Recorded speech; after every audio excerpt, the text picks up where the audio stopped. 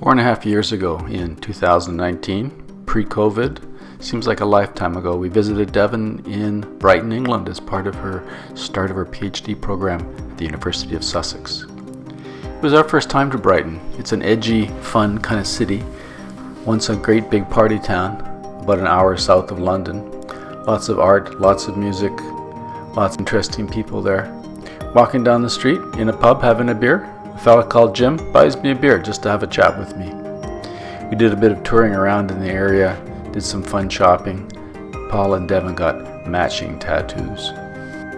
So 4.5 years later, working part-time in Zurich, working part-time on a PhD program, Devon is done, and we have come to Brighton to celebrate it with her.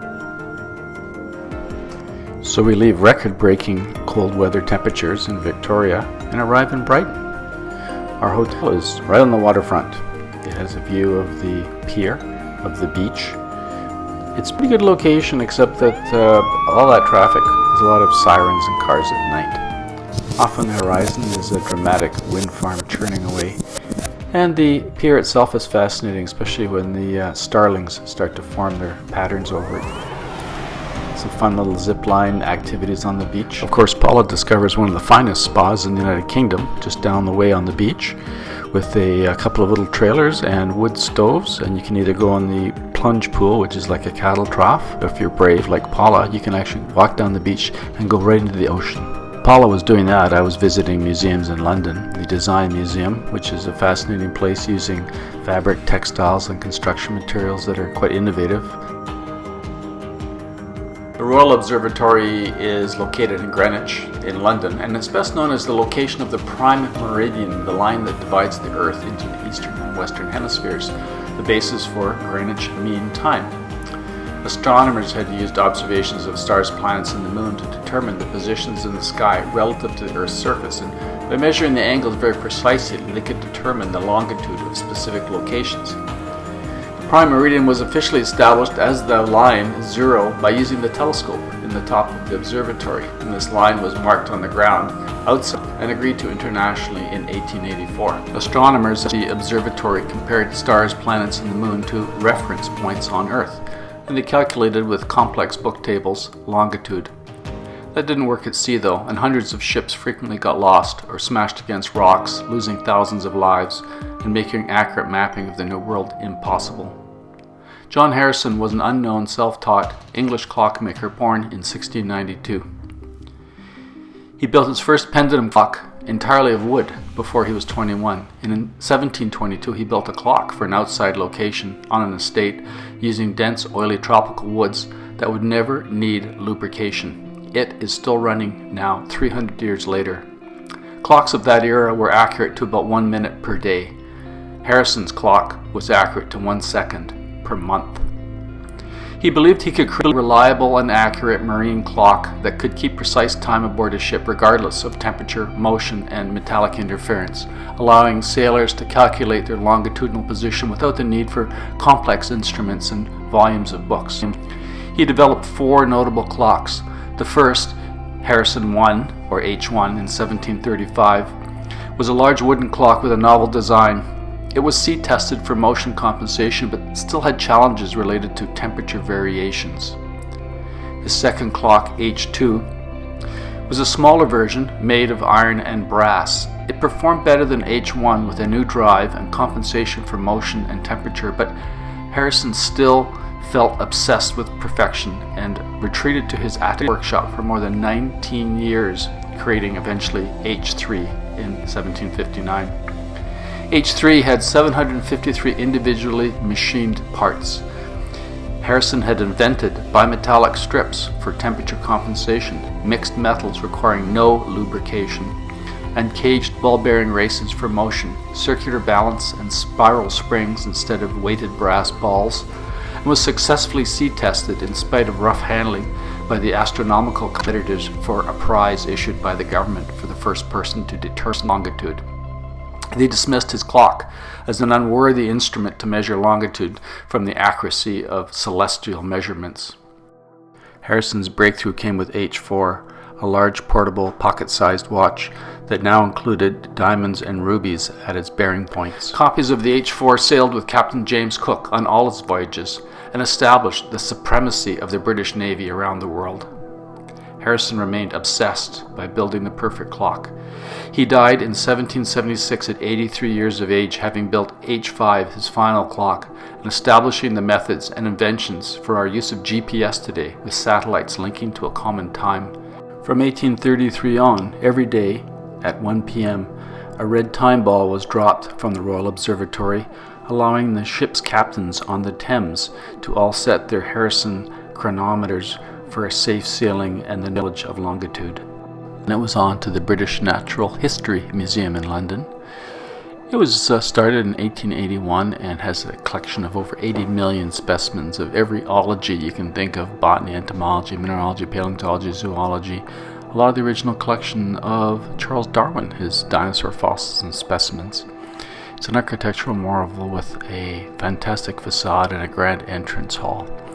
Yeah, it's pretty old school collections, and a lot of the displays are kind of static, but they acknowledge that, and they have signage up to say that some of it is preserved to show you what an old school museum looks like. And my main man, Charles Darwin, I get to do a selfie with him in the background here. One of the great people on this trip that I'm honoring. Another great free museum next to the Greenwich Museum was the National Maritime Museum. Super ship in a bottle. And then on to the Victorian Albert, where there's a superb bagpiper sculpture from a garden from 1690. But enough about London's museums, let's get back to Brighton. Well, we were here in Brighton for Devon. Things must have gone well for her, as there was a lovely cake and champagne, and she got to enjoy it with her supervisors over the last 4.5 years, and the people that reviewed her for her defense. And afterwards we went to dinner.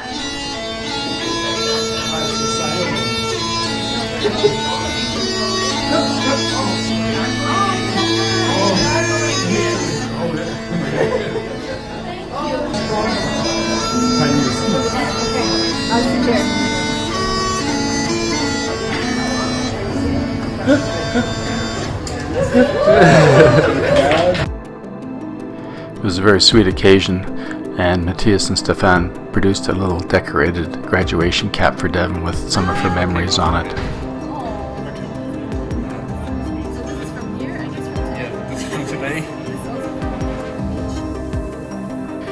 Although I'm sure Devon's relieved, it must be also a little sad, as that she may not see these people again, and she's put so much work into this over the last 4.5 years.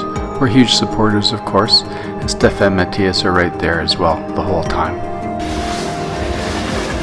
So we're heading off to the nearby town of Lewis for a little walking tour and have some lunch and have a little bit of a decompression after that very intense day yesterday.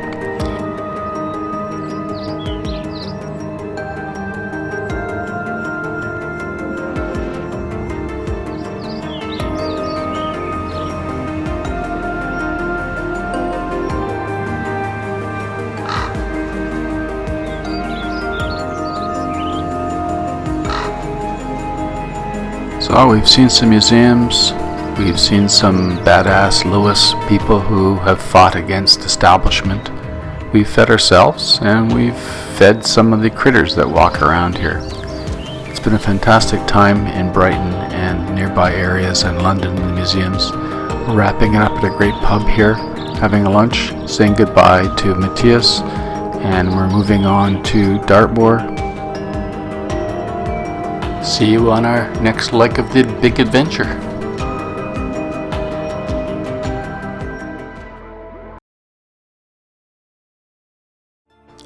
Leg 2 of our trip takes us to Dartmoor in southwest England. There's not a whole lot of granites exposed in the United Kingdom outside of Scotland's Highlands and a bit in Ireland, but there is in southwest England.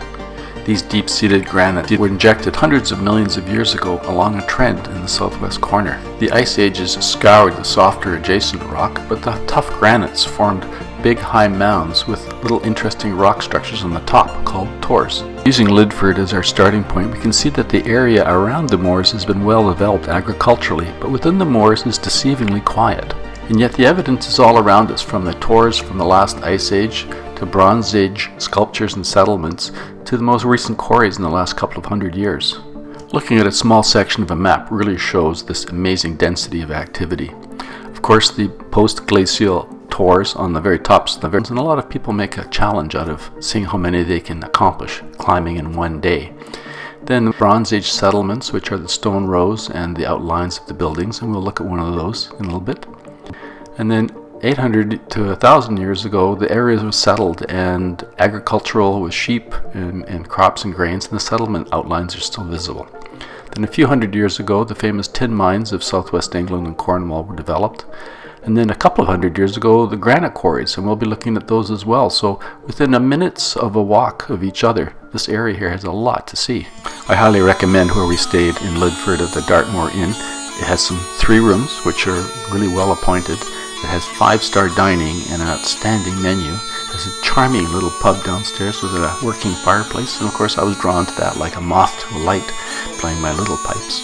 We learned how to properly eat crisps, not chips, drink the local ales and ciders, and have the fantastic breakfast, getting us ready for our big hikes.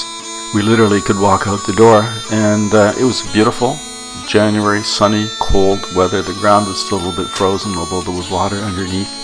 And we could cross the creeks, although I must admit we did get a couple of soakers right away, which was a bit of a pain. Of course, we immediately discovered some of the outstanding scenery from the stone circles from the old settlements in Bronze Age to this particular one called the Nine Maiden Stone. And the idea behind it is still speculative. Not sure if it's a religious site or an astronomical site or an edge of a settlement, but they are quite fascinating to see. Some of the other ones are standing stones that are on by themselves, which are probably a directional marker because they line up across great distances. So we came across a line of a double row of stones. They all lined up perfectly with ones in the far distance, and of course it made for an excellent yoga pose site.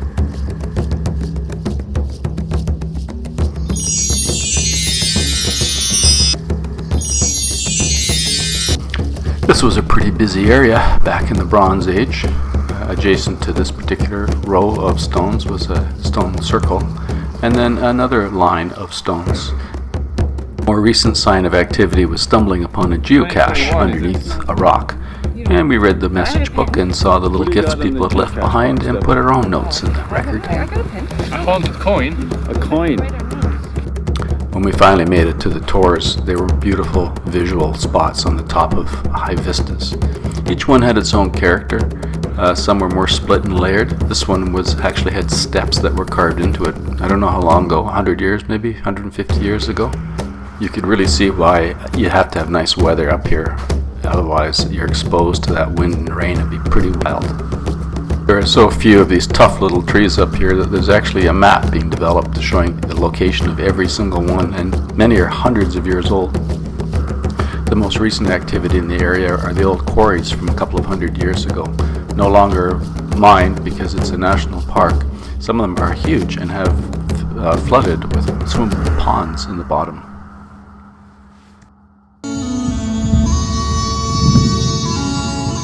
I love playing my pipes in interesting places, and it's beautiful up here. I wouldn't like the wind noise in the background interfering with it, but it kind of added a funky rumble to the whole thing and really captured the windy wildness of the moors.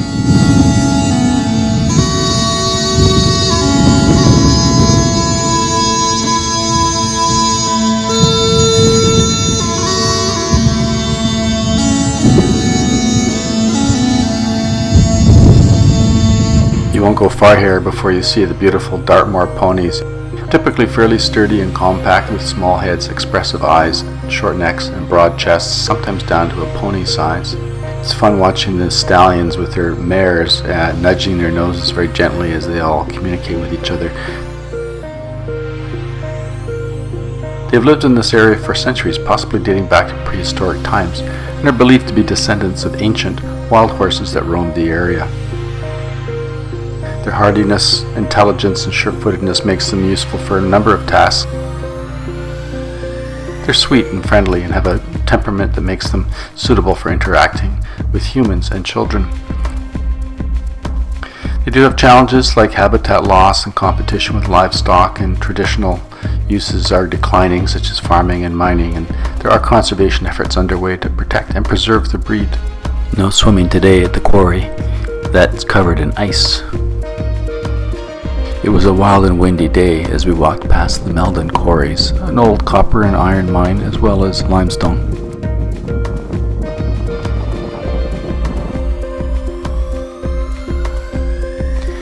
The plan B was to find the old quarry pit, which has a pond in it, and some people go for a swim.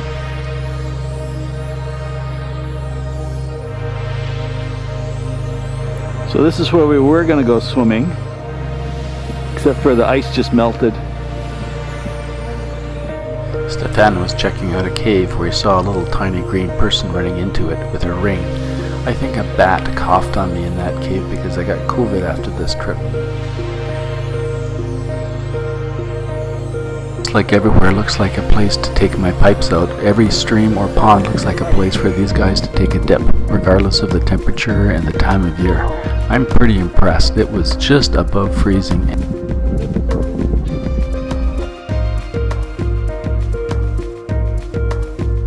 That beautiful sheepskin rug that Devon brought in Princetown looked pretty comfortable, I'm sure, when she was cold.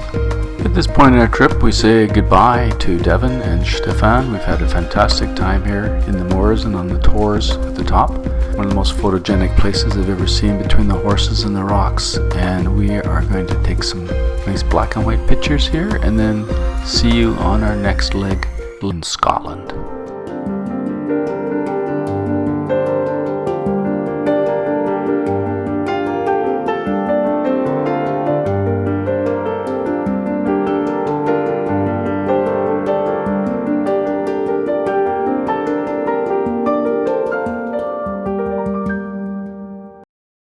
Last leg of our trip was to Scotland to visit family. We dodged some pretty severe weather bullets flying from Belfast to Aberdeen, where just about everything was cancelled from hurricane winds, but we did get to the Norwood Hall in Aberdeen, settled down in this beautiful converted old mansion. Our room, it was nothing really special, but we didn't spend a whole bunch of time in there. When cousin Julie met us at the airport, she brought us some nice Weems whiskeys, which we had 3 different flavors to choose from, and we put that to use immediately. This hotel at least has a fantastic bar and some great Scotch selection. Too bad about that fire alarm at 1 a.m. But enough about that. Let's talk about the great geology. The Highland Boundary Fault extends all the way from North America, Appalachian Mountains, through Scotland, into the North Sea towards Norway. It's the division between the wild, rocky, mountainous highlands of Scotland and the lower pastoral agricultural areas. This fault actually pops out just south of Aberdeen and can be visited by a newly developed tourism path. It's not easy to find, but with the right map and a little imagination, you can see that fault heading offshore. A scruffy path down the slope takes you to a beautiful seafront bay, where with a little bit of imagination, you can see where that fault line comes off the land and heads its way out to Norway. It was an unusually beautiful day on the North Sea, and that gave a chance for cousins Julie and Linda to get together for a family shot on the fault. Nearby is the historic fortress of Dunatar Castle on a spectacular headlands of land with a history going back over 1,000 years. Continuous conflict for hundreds of years changed control of the castle between the English and the Scots. In 1651, the Scottish crown jewels, including the crown, sceptre, and the sword of state, were hidden at the castle to keep them out of the hands of Oliver Cromwell's invading English army. It was occupied until the 18th century, but now just exists with the ghosts of religious persecution and nationalistic conflicts. We pretty much had the run of the place ourselves on this cold January day, and of course had to do the obligatory yoga shot with Paula. As we're taking some selfies in this beautiful wood paneled adjacent room, we found out that it actually had fantastic acoustics.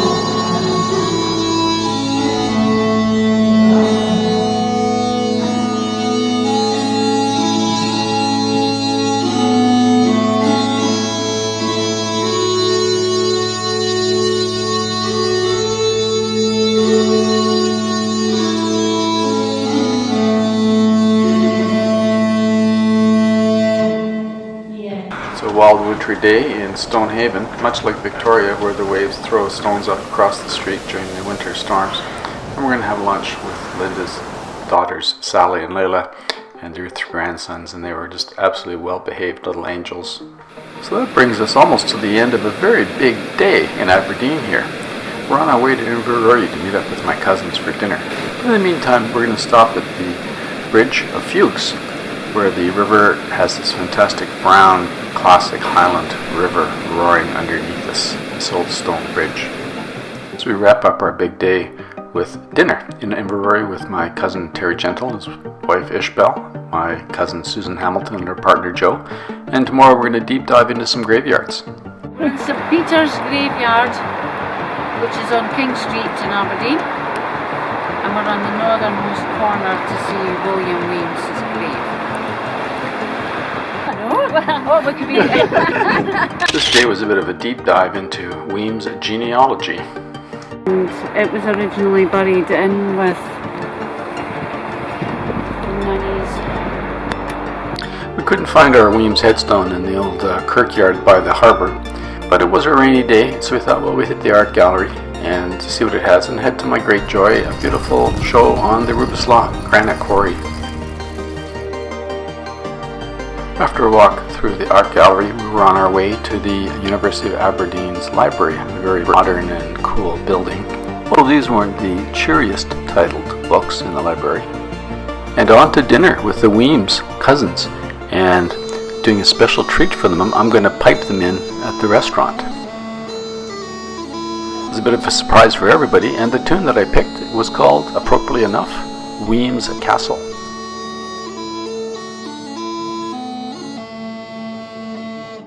So at the table were Julie Weems and her partner Kirsty, my cousin Andrew, my other cousin Linda Dogood and her husband Derek, and the mother Jessie.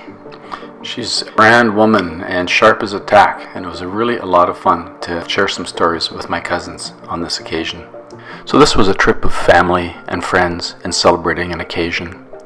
I'd really like to thank everybody that helped put all these pieces of it together.